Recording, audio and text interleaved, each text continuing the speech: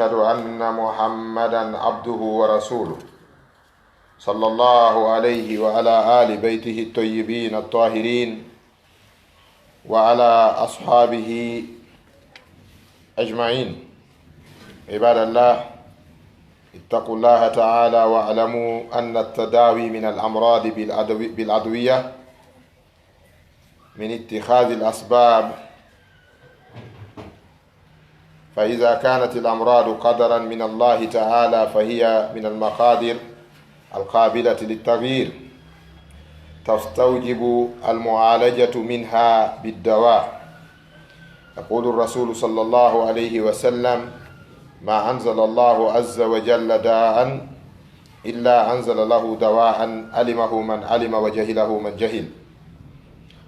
وعن أبي الدرداء رضي الله تعالى عنه قال: قال رسول الله صلى الله عليه وسلم: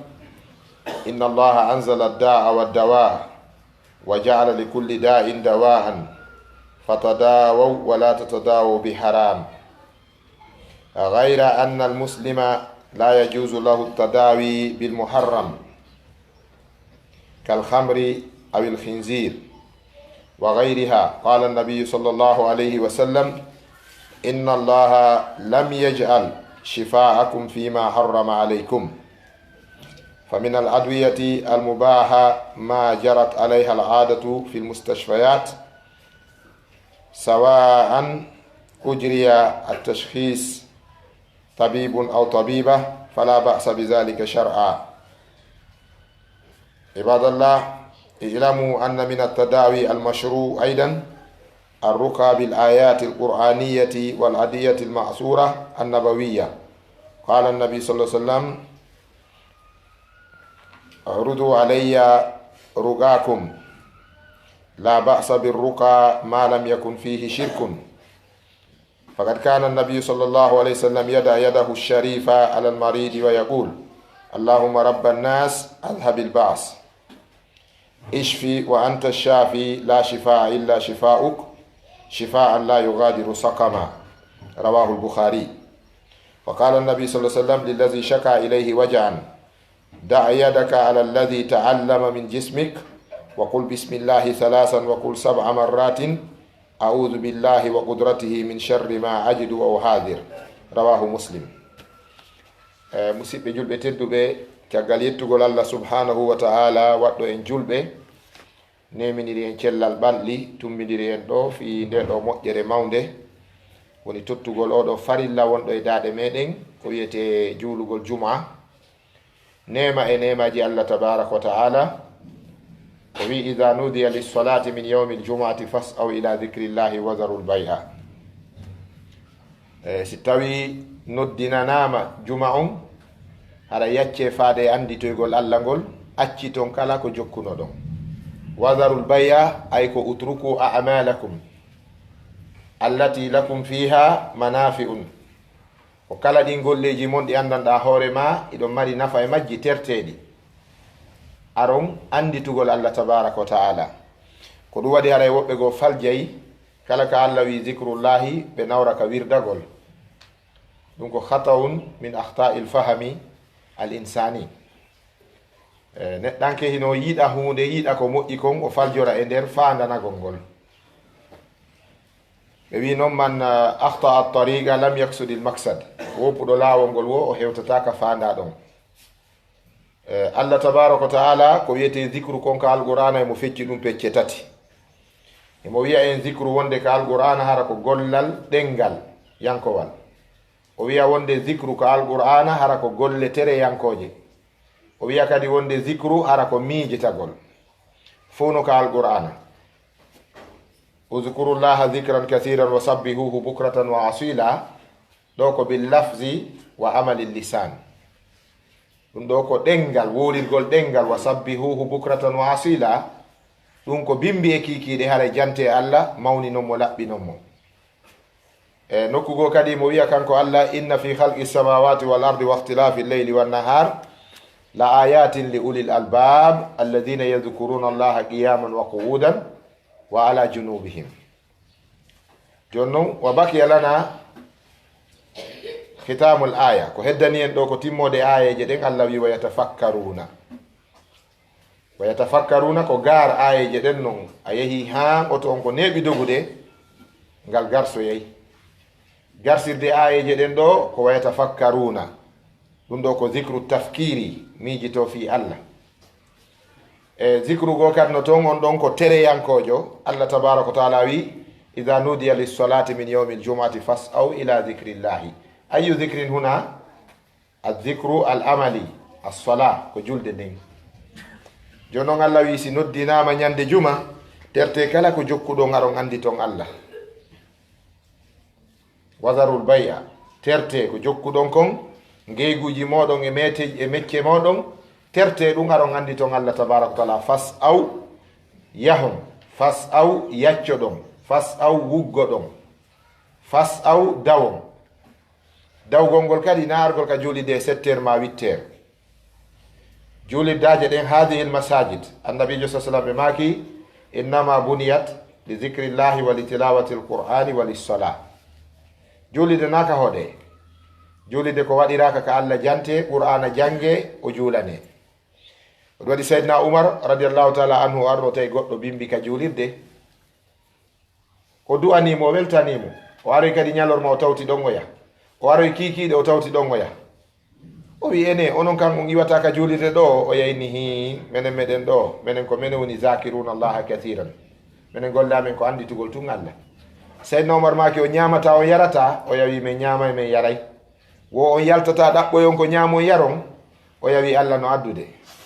o wi ko honno Allah woni on addirande o wi julɓe ɓen ka kawtal ɗo no addande min komin ñama sayyidina Umar ɗaɓɓoye cabbi aranima wi simi tawtima kadi ka julide ɗo anda e ɗe julidaje ko darnira wona ka doome ɗe julidaje ko waɗiraka ka Allah rewe yaltu yaha ɗaɓɓoya ka fof woni ɗaɓɓoyde toon si noddinama doga ara o ya hucciti tu sayyidina Umar wi inna samaa la tumtiru dahaban wala fidda asama on sajinantama kange kalisi a yahay ɗaɓɓa idan ko ye yaltu yahen ka ɗaɓɓirɗe kono si waɓutuji ɗin heewi yaccoɗe ngaren ka julidde wona yen hoɗu ka julidde de ɗum woni almamijo woni sallijo ɗon andi probléme ji buyno e ɗe juliddaje tawde almamiɓe goo joni haray fayda ɗaɓɓi ɓoggi ari haɓɓi ka julidde ko ɗon tun iwata ɗon du'agol dewle e du'agol fi tumbe ñamaɗe tumbe jattidiraɗe e seeditagol penale e habbitagol sadakaji rendez-vous ji mum hara kañum no ɗon tun yata e nokku ko ɗum waɗi si ɓen halfinama seeɗani ko tora ka julirde sina ka ligue hettotako fiyen ɗum ala mimminade ala gollude bani adama ko be o mimmino Allah tabaraka wa taala wi wama min dabbatin fil ardi illa ala llahi rizquha wa ya'lamu mustaqarraha wa mustawda'aha Allah tabaraka wa taala kanko jogi arsike kala ruɓaygel o wiyete ruɓaygel kullu dabba ko kullu ma yataharraku lil aish ko kala ko mimminoto fiyo wuru Allah wi kanko fawti enen natugol aljanna ala na en ko yanganagol natugol aljanna wonani en Allah woni nadowo arsike en heɓata ala na en ko yen ɗaɓɓu enen ko ɗaɓɓugol ngol landa ɗen amma arsikogol no sina ɗum so tawino ko yanganagol jawdi ndin o kaynom tañƴini goɗɗo ɓurata asobo katkari jawdi ka kono ɓen ɓuri fanɗirede no wodi woɓɓe golle maɓɓe ɗen bimbi ko moƴƴintinagol ha moƴƴo waɗa pantalon wil molanagil watta ɗon chemise haɓɓi to a wawa fredire watta ɗon vestru waɗa kadi ɓoggol ka malayka jogo dawaya waɗa signature goto hippo ko lenni fo jeyi kon ani wona neɗɗo on o mooɓi aduna wona ɗum andirte o heɓi aduna wona ɗum andirte Allah no yiɗi mo ko o heɓi iman o heɓi dewal o heɓi anditugol Allah ko noon andirte Allah no yiɗi jeeyaɗo muɗum inna allaha yu'ti dunya man yuhibbu wa man la yuhib wala yu'ti l-imana illa man yuhib Allah no hokka aduna mo yiɗi imo fanna kadi mo yiɗi kono noon o hokkata imanu gomɗinal sina mo yiɗi ko yen ɓeydu wakkilade musidɓe julɓe tedduɓe en seeditike reweteɗo wo ala e dow gonga si rewama no hana rewede si o rewaka haray ko hana waɗede accama ɗon si wona Allah kalimatu la ilaha illallah won firo makko ko la ma'buda bi haqqin illallah ko reweteɗo e dow handude rewede reweteɗo e dow gonga ala si wona Allah wona ko occidentaux ɓe woni moƴƴinande en firo kon jonna en wiyete la ilaha illallah ɓe na taguɗo ala sina allah la khaliqa illa allah ɗum laysa min altawhid al uluhiya innama huwa juz'un min altawhid rububiya eɗen andi ko allah tagi kammu e leydi ɗum hay kefero no gomɗini ɗum ka kefero sujjanowo sanamu on hemo andi na sanamu ɗum tagi leydi e kammu heferɓe ɓe nelaɗo gerdaynoɓe makkatal mukarrama allah wino nelaɗo qul man halaqa samawati wal ard sayaquluna man allah landiɓe ko ommo tagi kammu e leydi ɓe wiyay ko allah isan neɗɗo finde mum sellirari e bange allah fi mo gomɗini ko allah tagi kammu e leydi la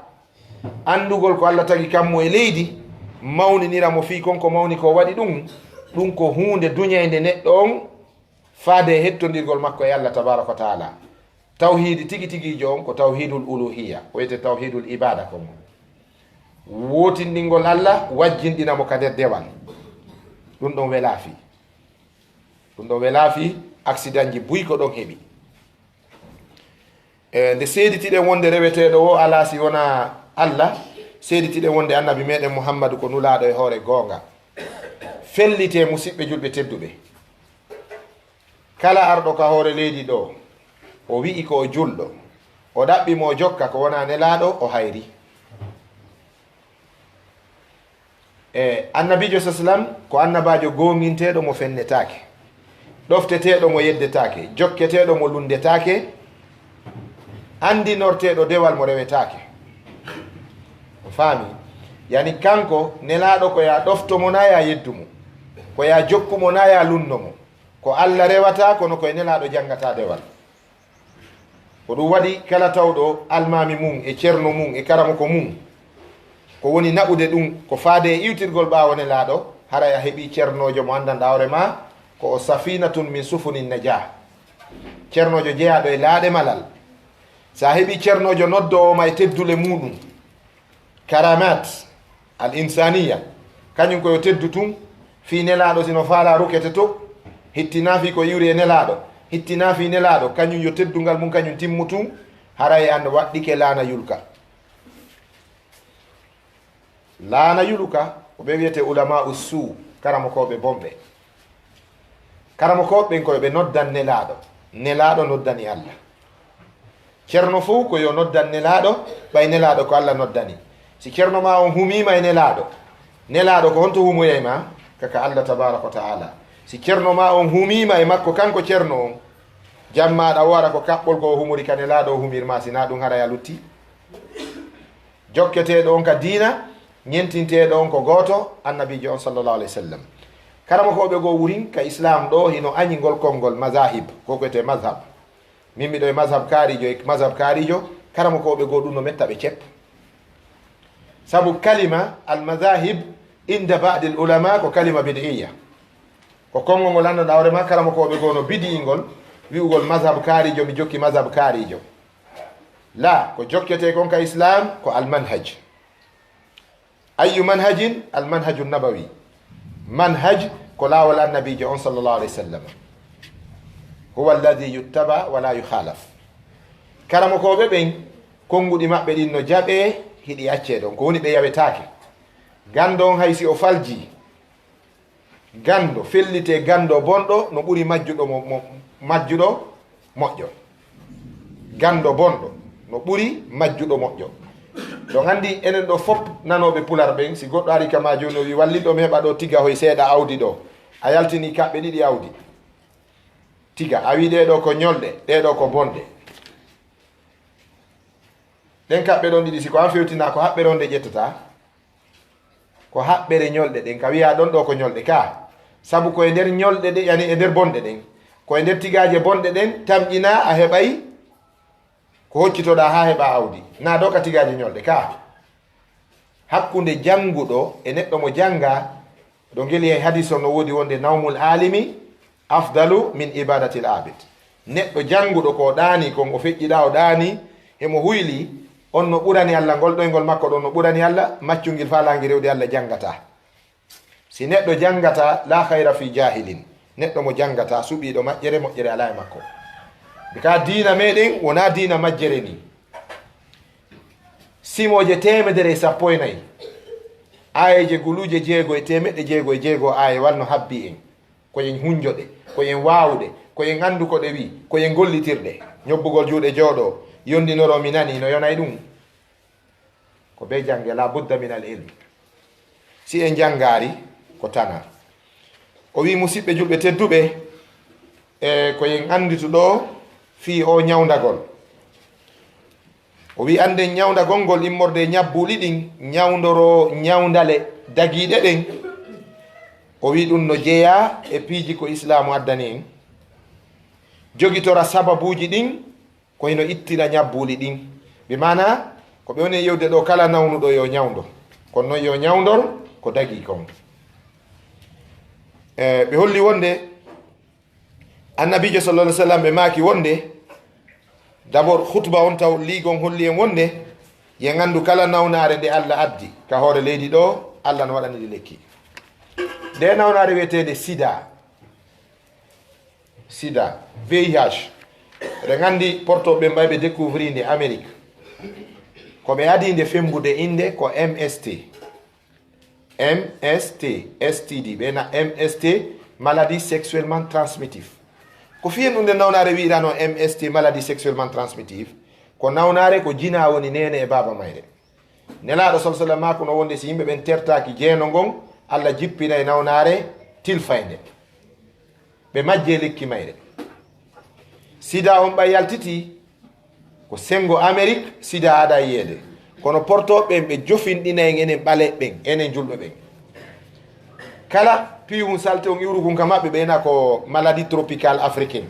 o yi ebola ko colombie aɗa yiyede refti états-unis d' amérique colorado ebola aɗa yiyede e camp militaire waɗi duuɓi sappo e goɗɗum portoɓeɓen no andi fi nawnare wiyete nden ebola e nder camp militaire on camp militaire ɗon kadi teɓe dagini nder to luutiyagal gorko e gorko on tuman noon en 1976 nawnare nde yiya noon Zaire e nden saare tigi wiyetende ebola saare nden koye sera caangol cawunni no wiye ebola nawnare nde yiita ɗon ɓe taski anglais ɓen ari e portugais ɓen fi ɗaɓɓitugol ko honno nde nawnare andanode e camp militaire colorado yiira afrique tawi jaka ko américain ɓe militaire ɓe arno ɗon mission ko ɓe gaddori nawnare nde joni noon ɓe changi kisan programme on ɓe wi nde ɗo nawnare wo koye kula e gooki ndewi e ɗum kadi iɓe tawa kadi puisque wo ko yimɓe ɓen ñaami wo yimɓe ɓen wo kulaji ɗin wo yimɓe ɓen wara deemu e kulari ñaami yimɓe ñaami kulaji ɗin e deemu on woɓe heeɓi nawnare ebola nden ɗum ɗon kadi ɓe tawi si ɓe yaari ɗon ko hombo addi o pinka yo ɓale wartidir ko kamɓe ɗon kadi ɓe ɓoya felore ɓeni no ɗum koye ndombi ɗin iwi ka sakkito ɗum ɓeni hon ɗum ɓeni wo ko gaz artificiel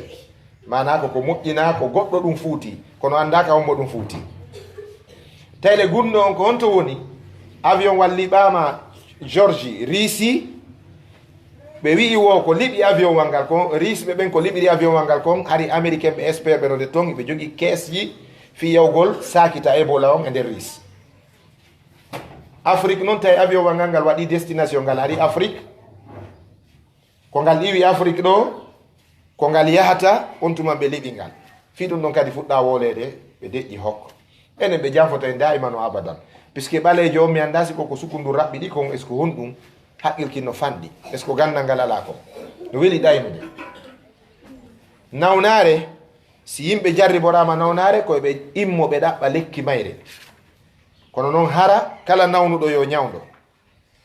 kala wiwɗo min mi nawni aya qur'ana o wi fa isa marittu fa huwa yashfin kalimaji ɗiɗi e nder arabu hiɗi nandi kono eɗi seedi firo ashifa'u wa dawa addawa ashifa'u bi yadi man bi yadillah wa dawa'u bi madiyan bi yadi man almarid ndikki gongol ko ɗum Allah fawti ñawda gongol ko an nawnuɗon ɓe inna docteur jono pari julɗo o fatinoke so naati ka clinique makko num fewndo o wuuri mo windi ɗon o inna mo windi ɗon miɗo ñawnudema Allah ndikkine docteur Mouhamadoul Amin Diallo musidɓe meɗen wonɓe koluma ɗo ka clinique si ari ko ɗum kamɓe si ɓe visitima ɓe windi ordonnance on ɓe nami golli ko an kon ɗaɓɓo e lekki kin Allah kadi golla ko mum kon ani ko konngol tawhid noon ko ɗum anndita julɗo wondugol e julɗo no weli. On seedata julɗo no waywa parfum, julɗo no waywa uurateeri. so on ɓadondiri a heɓay nafa. ɓe innawa mi windi mi daari nawnare nden ko ɗum ɗo min mi yii toon ko ɗum Allah hollilan. haray mi geri hanka ordonnance ɗo ɗaɓɓo e lekki kin heddo ko Allah kon. bi mana ñawdagol ngol ko an, dikkingol ngol ko Allah. si tawi noon a nawni a wi mi ñawdotako, si a halkike ɗon, si a tilfike ɗon, Allah nangoyte. sabu Allah tabaraka wa taala wi wala taqtulu anfusakum inna allaha kana bikum rahima. Allah no yurme on. hay an tigi montor ma mo soduɗa ma, téléphone ma mo soduɗa ma, motoru ma ndu soduɗa no wele ka na alle moƴƴini ndu. kono no wiɗa fi Allah moƴƴinɗo bani adama on, o ronka yurmede bani adama. ko ɗum waɗi mo ñaami cigarette o heeɓi bakkatu, mo yari beere o heeɓi bakkatu, mo ñaami koye kullo e harmu ko o heeɓi bakkatu. kala musidɓe julɓe tedduɓe ko nanɗon qur'ana e sunna no wiya no harmi, fellite waɗugol ɗum lorrata Allah, accugol ɗum nafata Allah, ko enen mari lorra e muɗum. beere si goɗɗo suli ɗo ko suli wo ko suli honɗum o wawani Allah ala. si goɗɗo waali juulude ko honɗum o ɓeydi Allah fus. Allah tabaraka taala wi hadisul qudusi law anna awwalakum wa akhirakum wa jinnakum wa insakum ijtama'u ala atqa qalbi rajulin minkum ma zada dhalika min mulki shay'a ولو أن أولكم وآخركم وجنكم وإنسكم اجتمعوا على أفجر قلب رجل منكم ما نقص ذلك من ملك شيئا. si on fopɓe moɗon adiɓe sakkitiɓe moɗon jinna yimɓe fo moɓodiri e dow ɓernde neɗɗo ɓurɗo hulde Allah on, en fo en huuli Allah hulande wotere, ɗum ɓeydata laamu Allah mon. si on fo e moɗon on moɓodiri jinna yimɓe adiɓe sakkitiɓe e dow ɓernde neɗɗo ɓurɗo bonde on ka iblis, wano iblisa, en yeddi Allah ɗuytata laamu Allah mum fus. wurin taw si on daari no Allah warrata noon o ngalɗay. nde woɓɓe no dari wi kañum be yedda Allah, woɓɓe no dari wi be rewa Allah. ka hande sukaɓe no ka meɗen ɗo, sa wi ko takana yimi kon fof ɓe yimay, sa wi ko Bob Marley yimi kon fof ɓe yimay, sa wi ko Alpha Blondy yimi kon fof ɓe yimay, ɓe hunji fof. sa wi ɓe juzu amma ka qur'ana ko honɗum ɓe wiyayma a min heɓari tan ɗum taw. Allah kadi tagi sukaɓe golle maɓɓe ko honɗum ko yarugol qur'ana. ka yarugol qur'ana. ndaron coupe du monde ballon, kala ndaruɗo coupe du monde ballon on o wiyay modi ballon no yiɗa kananoni tentini match d'ouverture et final. si wiyama coupe du monde match d'ouverture et final, a tawa e ballon no mari amateur. kono a cimilando ma ndaari kadi arafa kadi ñande dara. Allah no mari amateur ka wala? Allah no mari. si annonga nga wiya faalaka ko Allah kon potto, Allah no mari faalaɓe. diine si a daranaki Allah no mari darantoɓe. diina sa yiɗari Allah no mari yiɗuɓe. hay ɓe karamakoɓe ɓe yetton ɓe ustasuɓe ceernoɓe wonɓe jannude en jannanaen fayɓe min, siɗa mari waɗanɓe. si a ala potto Allah adday waɗanoɓe ɓe. saɗa wawi teddinɓe, si a wawata potto Allah adday ko teddinaɓe. ko ɗo joni ka barage ɗo ka kuriya ka ma centre ɗo min jippi ɗon fi yarugol ndiyam wulɗan par ce que min daw iwde ka saare fi hewtugol ɗo. minen min ganda min yari ha gasi min ini suka on ko jillo inni ko du'a mi tori, ko du'a mi tori on. ɓeɗo oustaz Nusi ɓe sentoɗo ɓe julnami. oustaz Nusi hana e ɓeɗo kadi ko oustaz Abdallah mon mbiya o wi kisan o ɓanni kisan jullere ko fi hen ɗum waɗi ɗum. sina ɗa waya nadde café al goɗɗo yara café wiya ara yo Allah ɓeydu barki Allah marsi ɓe naga si amina kono adde coggu tasiru ɗum. ka ko diina tum wawi ɗum ceerno. si an a waɗari no wodi waɗoɓe, wallahi si a waɗari no wodi waɗoɓe. karamakoɓe ukki e gayka Konakiri e nder gayka no ɓe ukkorno pinere nden fetti. chauffeur jogo ari wini wo he mawɓe so immaki ɗo min sim tawti on ɗo mi tippa e moɗon. taxi man jogo hayni ɓe wini baba ɗa andi gomɓe no yi passagé son faala habbo ɗollam son faala jippo ɗon. aɗo ñobbidolu kum makko kum o waɗi cri kongi mo ittande ɓe a pine on fof ɗo ngalɗi. ɓayo gayni tude pinere nden fof sansani ɓeya. oustaz nangi lawol ngol no yaade ɓeyni ko homboni o wi ko ɓe wiyete oustaz kaari ene pas seedi o falanoɗo ɓe piide ɗo ne goɗɗo goyni ko noon ko Allah kon sa ƴettata potto Allah no mari ƴettoɓe on gelike ɗum Allah no yewten ɗum e qur'ana si tawi wa in yakfuru biha haula'i faqad wakkalna biha qauman laysu biha bi kafirin. si onon ɗo on salike diina kan Allah wi o pottina o wadda woɓɓe goo ɓen ɗon ɓe salota ko diina kan. han e aya goo wi si on jaɓanari Allah so on hucciti on ɗurniki Allah o ittay on wa ya'ti bi qawmin o addoya woɓɓe goo ɓen ɗon honɗum ɓen ɗon ɓe wa'atawa moɗon la yakunu amsalakum ɓen ɗon ɓe wawatawa moɗon si anga wiya juulata no woodi tawoɓe si juulari kañum mayay si a wiya horata no woodi ɓe Allah tagi si ɓe horari ɓe mayay wona ko wiyete kon tension on ƴawi sabu on ɗum ɓengu makko mawɓe accimo ɗon tension on ƴawi kori janko tumbu makko ñaama tension on ƴawi ko on ɗum ko 500 000 makko majji woɓɓe tension mum on ƴawi wosi ɓe rewari Allah wallahi jiwo jangana kujo an o nawni o dogiɗa ɗo laptane nene makko finance mo ɗo alaka ɓe heddare makko laptane ɓeyni naɓe mo Sénégal ɓe wakkimo ɓe naɓmo Sénégal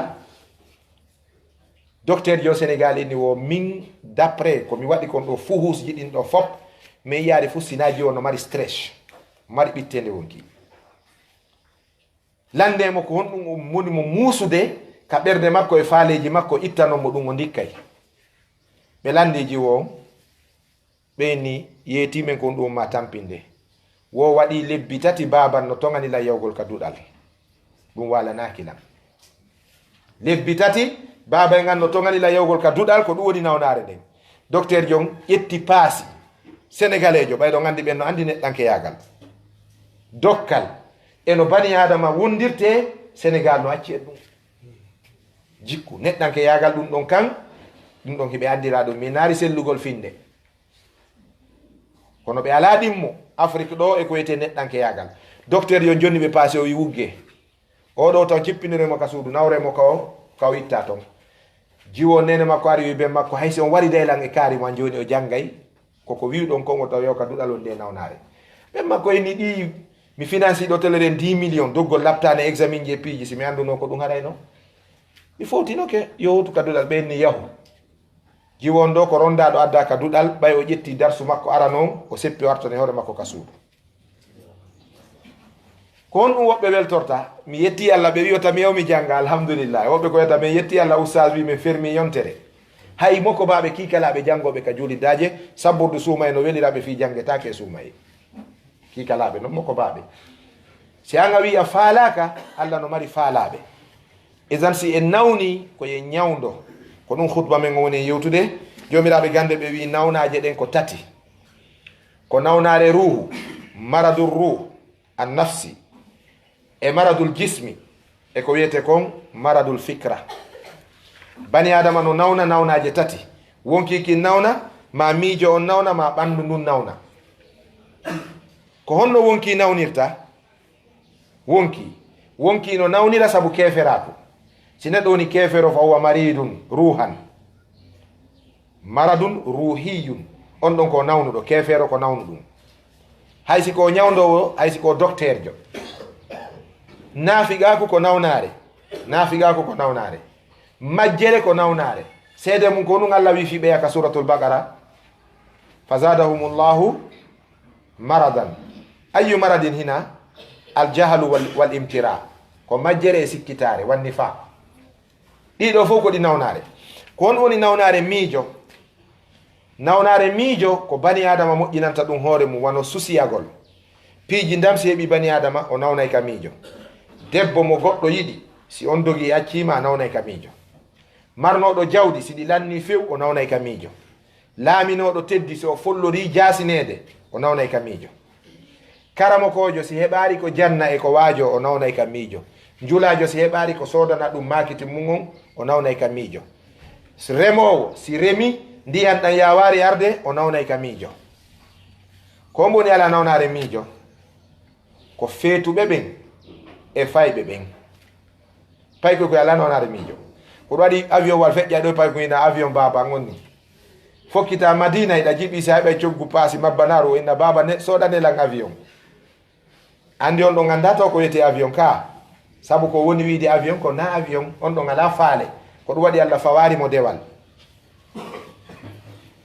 si tawi neɗɗo nawni ko ñawdorte kon ko gotel e piiji tati si ko nawnuɗo nawnare miijo ko yo wakkilo hayka gon miijo o bugongo to laptane nawnare miijo ko wiyete stress kon si miijo mari ke neɗɗo ko wawi ittude wo nden nawnare ɗon ko haykugol miijo on sa heɓi neɗɗo ko conseillé ɓattoɗamo inna mbari gila ɓengu a yeymi ala ɗanade o yiyatoma ene debbo kon tum ande o ɗuytanima tension ɓinguel ka he bari min gila ɗi jawɗi an ɗo gila o magasin an ɗo vida gila ndi jawdi an wujja mi gayni feetuɗo inna ene arduno e goɗɗum kuriya ɗo o ñawdima ko ɗum waɗi ɓe wi almar'u bi sahibihi neɗɗo ko wondiɗɗo makko on wattamo goɗɗum sa heɓi noon wondiɗɗo mo moƴƴa wiya ndi jawdi an ɗo kadi ƴettano mi ala ɗanade o inna min mi yettikema yaw foosa mi haalanima min ɗo mo memi ngela mi ittemo wonkiki ayi donc yo neɗɗo wondino aade moƴƴo nawnare miijo ko ittata ɗum ko conseillé wajeede nawnare ruuhu wonki kin keferaku ko silmugol nawnare majjere nden mo nawninde ko yo jangu nawnare finde bonde aqida batila saqima wano nde finde ɓe yennoɓe sahabaɓe nelaɗo e finde ɓeya yimɓe kadi ƴettoɓe ko ƴetti o wiya rewira e Allah e finde sikkitiɓe hay nelaɗo on ɗen pille ko pille bonɗe si julɗo fiɓi ɗum ko yo wakkilo sellintina finde nden ceerno meɗen ko akhdariyu cheikh abdourahmani mo makani en ɗum awwalu ma yajibu alal mukallafi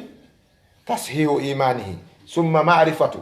ma yuslihu bihi fardu aynihi aw ma yasluhu bihi fardu aynihi fardu on no wona maf'ulun bihi mo wona fa'ilu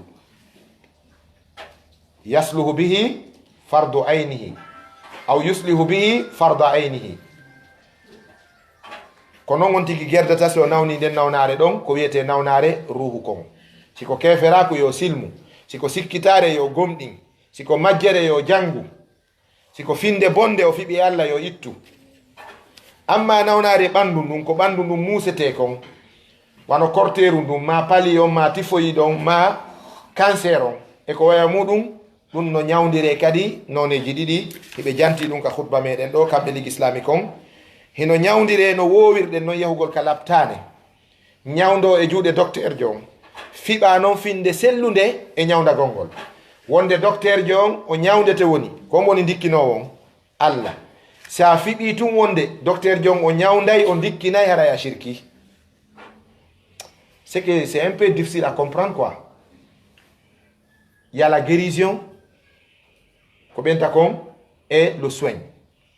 C'est que le docteur il te soigne mais c'est Allah qui te guérisse. Docteur Jong o ñawde te woni ko Allah dikkinta sa tuppindiri ɗin ɗiɗi tun yewgol laptane a sikka e goɗɗo shirkata e laptane kono yiɗa shirkira paracetamol re si a ƴetti paracetamol re ɗo a wi nde si mi ñamari nde mi dikkata nden ɗon ko honɗum wawi ko ya ñaamu dikkinowon ko ombo ko Allah haraya shirki si mi yidano e docteur kaari mi dikkata ɗum ko shirku non ko ya yaru ka docteur jo on ko wasila ko sababu ida ƴettude sababu on ñawdagol Allah sabimbin ɗon o dikkine ɗum ɗon ko finde noon manditoɗen ɗum laawol ɗimmol ngol e ñawdirgol ñabbuli ɗin ko qur'anare nden e sunna on neɗɗo no ñawdoro qur'ana e sunna ka moccitagol so tawi ɗa wawi moccitade janga ayeje ɗen ñawdora wono cheytanuji ɗin ma piɗalle ɗen o korte e ko waywa muɗum ko goɗɗo fiɗɗete kon ma ko wiyete ko ñoƴƴinol ma ko wiyete piɓi ɗin e gereji ɗin hay ñabbuli goo tigi wano si yaare fiɗima ma boddi fiɗima tooke e ko waywa muɗum qur'ana no ñawda ɗum sunna on no ñawda ɗum e hino ɗo hadiseje ɗen ɗiɗi oya ko Bukhari fillimo oya ko Muslim ka hadise Bukhari nelaɗo sa sallam ɓe maki wonde are weɓita noon lan ko moccitorto ɗon kon kala ko tawi shirku ala e muɗum ñawdore goɗɗo kadi ari himo muuse nelaɗo ƴetti sooke o maɓɓe gon ɓe fawi ka musatamo ɗon ɓe maki allahuma rabbannas Allah jeeɗo yimɓe ɓen adhabin ba'sa ittu tampere nden ishfi ñawdumo dikkinmo wa anta shafi ko an woni dikkinowo on la shifa illa shifauka dikkingol ala sina dikkinande ma nden shifa an la yughadiru sagaman dikkinande ma nden si a ñawdi a dikkini accata muusedi e ɓandu ɗum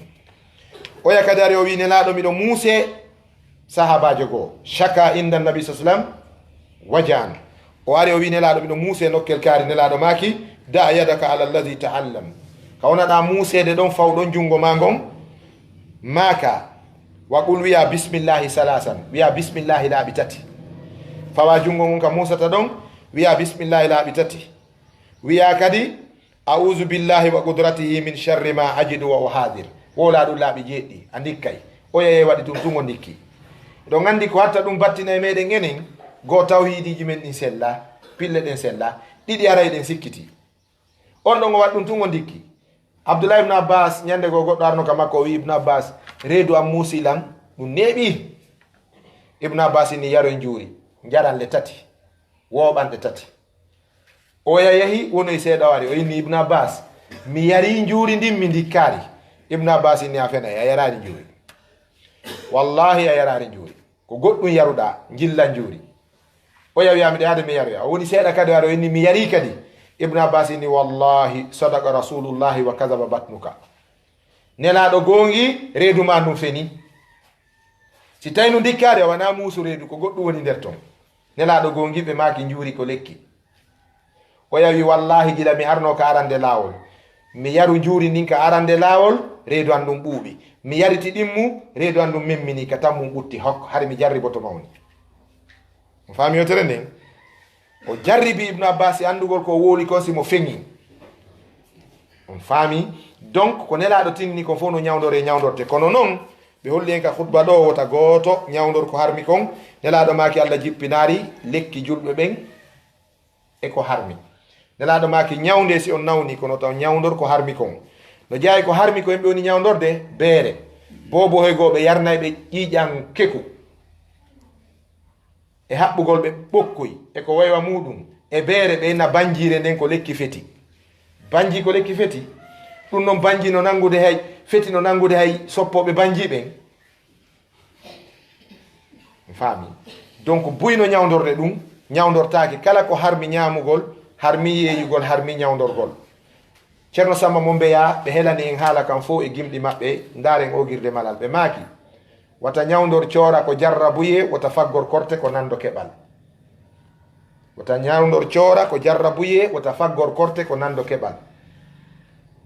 wata ñawdor coora fiɓa tutta nafa wo alanama e ngol fijugol wiiɗo nafima e coora wo ko e ɗayni humi e shirku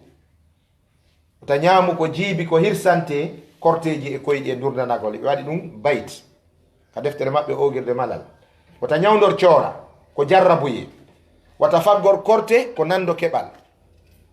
sa woni karam siɗon ɗaɓɓude keefeero bandi ka ko hay karam ko kataba faami kala waɗowo bile yagal fa huwa ka kullu sahirin kafirun billah donc ɓe ñawnata kon wata goɗɗo ñawdor ɗum aqulu qawli hadha wa astaghfirullah li wa lakum istaghfiru ghafur rahim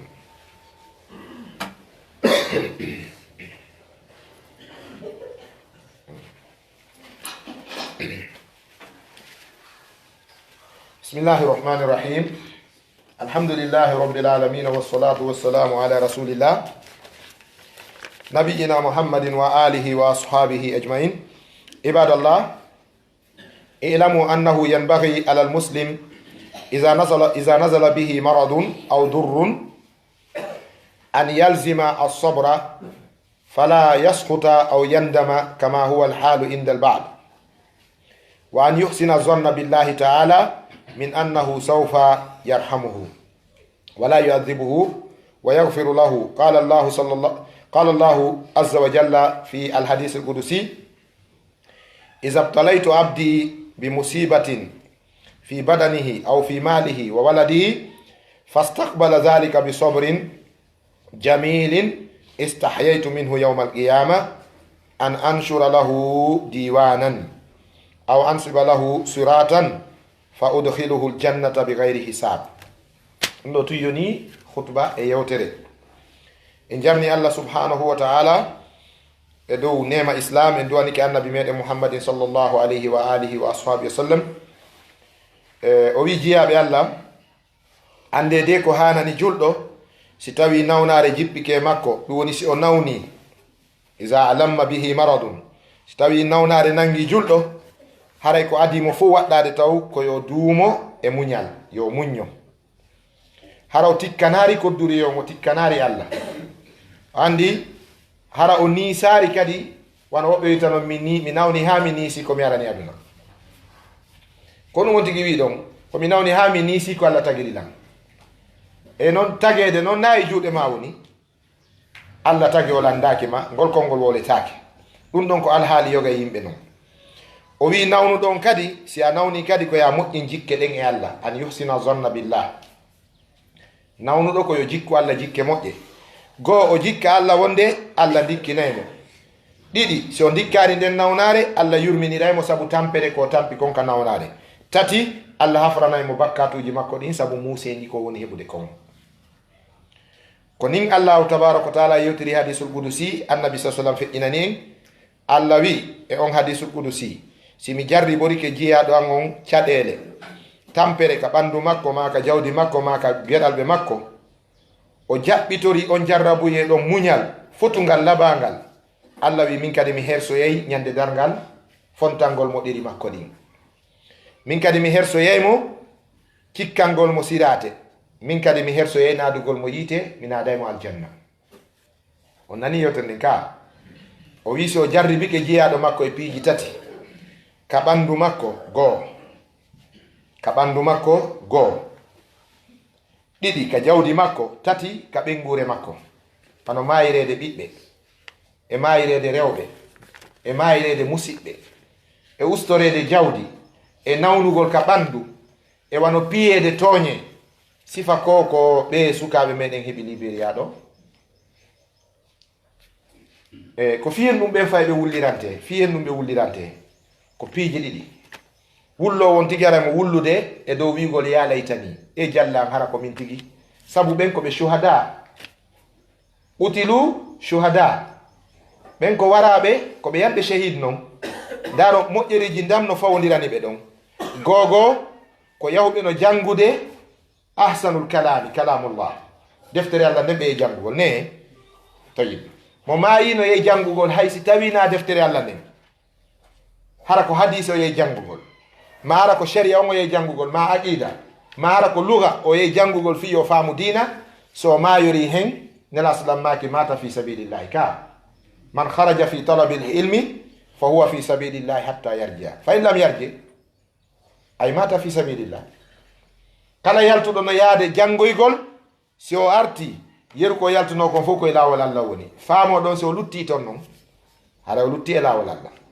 salafu sali en si ɓe yaade jangugol num ɓe wiyayno Allah ko an jogui gurdam si tawi min jangoyi min gollitirta Allah fahin naɓu men ka jande kono ta artirmen faami kamɓe ɓe yano ɗum ko ella ɓiɗɗo maɓɓe yeehi jande mayi ton eɓe andi ɗum ko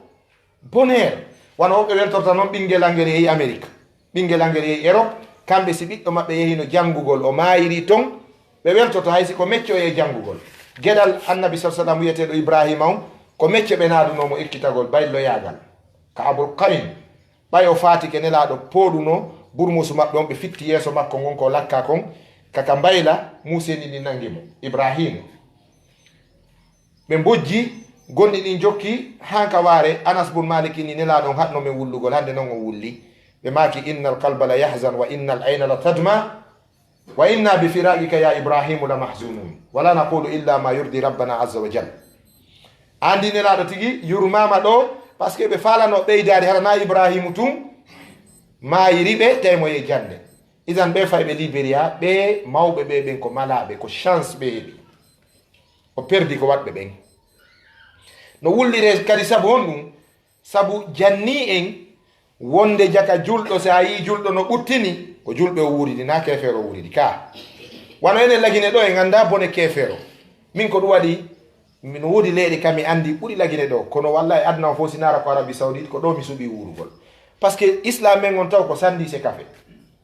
islam men on lagine ɗo ko sandis e kafe ko islam ɓuɓuɗo jog koye majoritaire ka